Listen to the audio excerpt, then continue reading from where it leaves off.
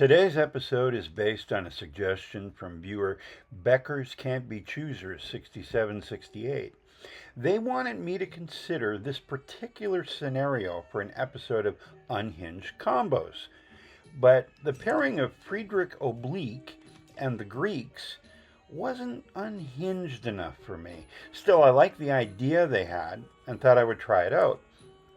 The premise is that Friedrich would make a great leader for the Greeks because, with his infantry generating science masteries and assorted science bonuses, he could create a large, unstoppable army as long as the infantry remained together, like the Greeks liked to do, reinforcing each other with their proximity bonus. It sounded promising, and I could see only two obstacles. The first one was that the Greeks of Civ 7 are not a military powerhouse. The hoplites make sure there are no pushovers, but as a rule in this game, infantry is the least preferred type of combat unit. The second obstacle is me. My ability to fumble military victories is unbelievable. So there's that. Friedrich and the Greeks have their work cut out for them. Still, Becker's concept was interesting and absolutely worth trying. I was still going to play on my usual sovereign level, though, with nerfed independent powers. So the first thing I did was get the mementos. Kron von Friedrich I gives +2 to all units when using coordinated attack or focused fire. And since Freddy Oblique has an extra circle of command effect, this is especially good for him. That's why, he's in the name of the memento. Then we have Légion d'honneur, Grand Eagle, and Cross. Units in a command radius heal +10 hit points after defeating an enemy unit. I thought these would really punch up Friedrich's extra command radius bonus, although I wasn't sure if the game took that extra circle into account with this memento and the healing powers. Then, once you add in military or infantry bonuses from suzerain city-states, whatever I could cobble together would go well with Greece's own infantry bonuses. Key here was the Agauge civic mastery. It gives +1 combat strength for each city-state you are suzerain of. So that adds up. And the civic Semantchia gives a +1 settlement limit. And let's not forget the +2 combat strength if a hoplite is next to another hoplite. That's what started all of this. Then add to this Friedrich's ability to produce an infantry unit every time we get a tech mastery. It all adds up quite nicely. If you have neighbors close by to attack. Who would have anticipated that problem? Sure, we settled too close to one independent power and ended up having to take them out. But that was all the military action we had for a long time. It wasn't until turn 70 or so when we had a decent chance to invade. But what did invasion look like?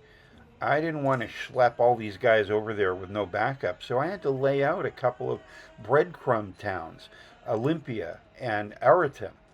And that meant making sure everyone was happy in my other settlements when I went over the settlement limit.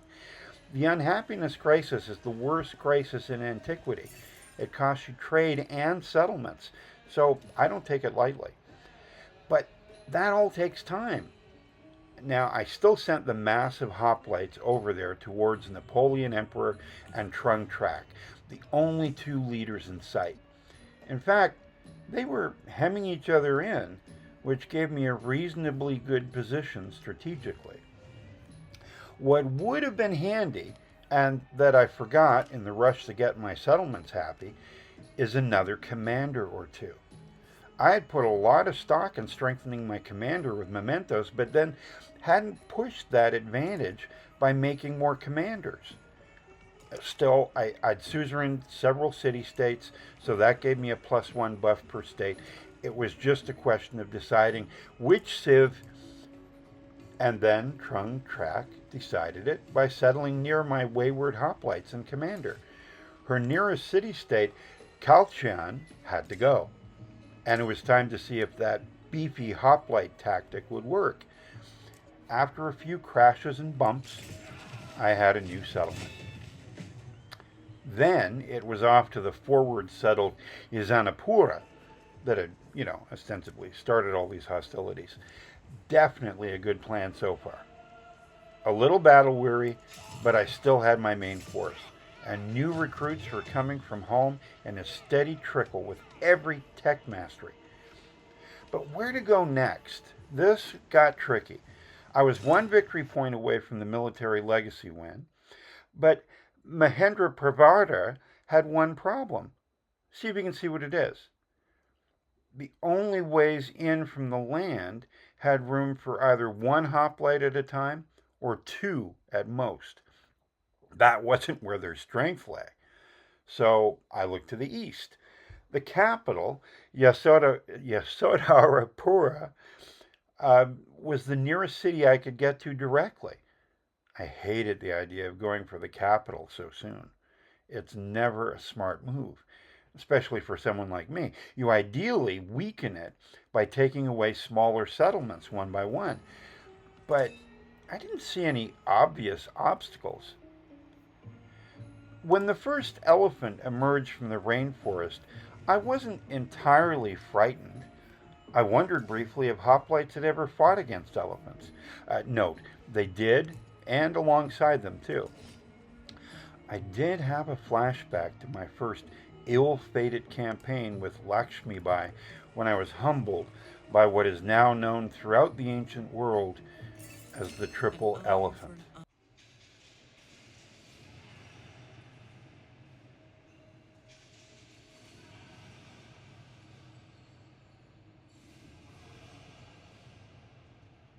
But I wouldn't let that happen again.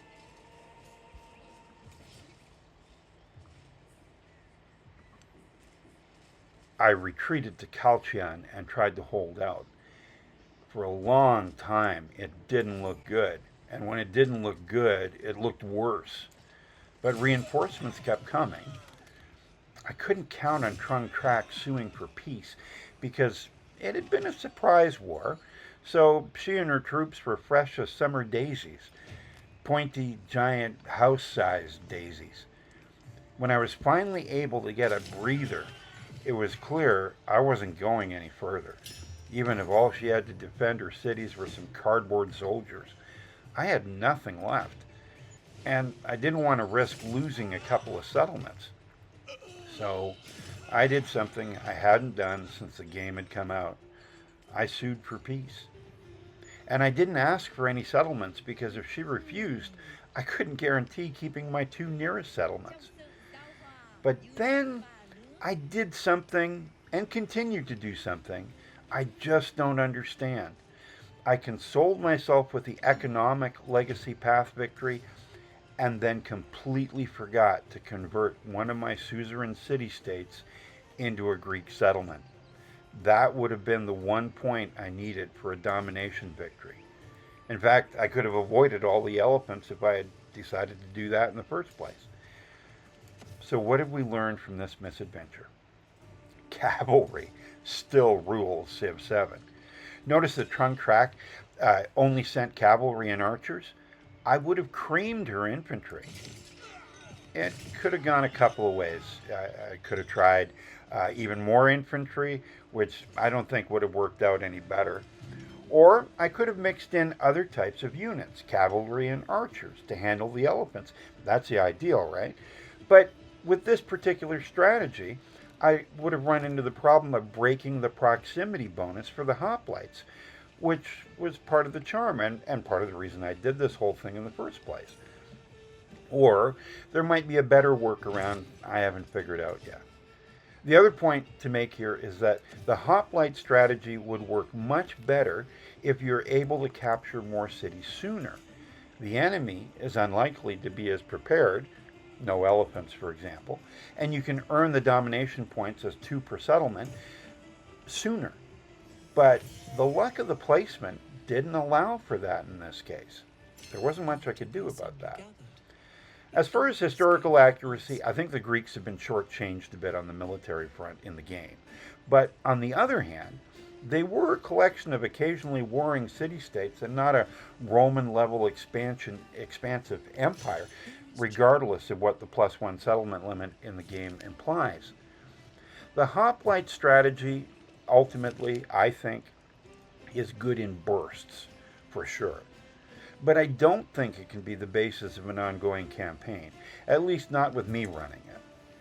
I might try something like this again with them, but I think the Greeks are far better in other arenas.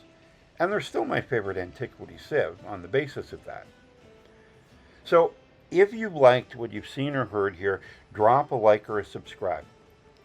And an additional note before I close, I'm getting my second shingle shot today. I know, TMI, and I don't know how long that might wipe me out.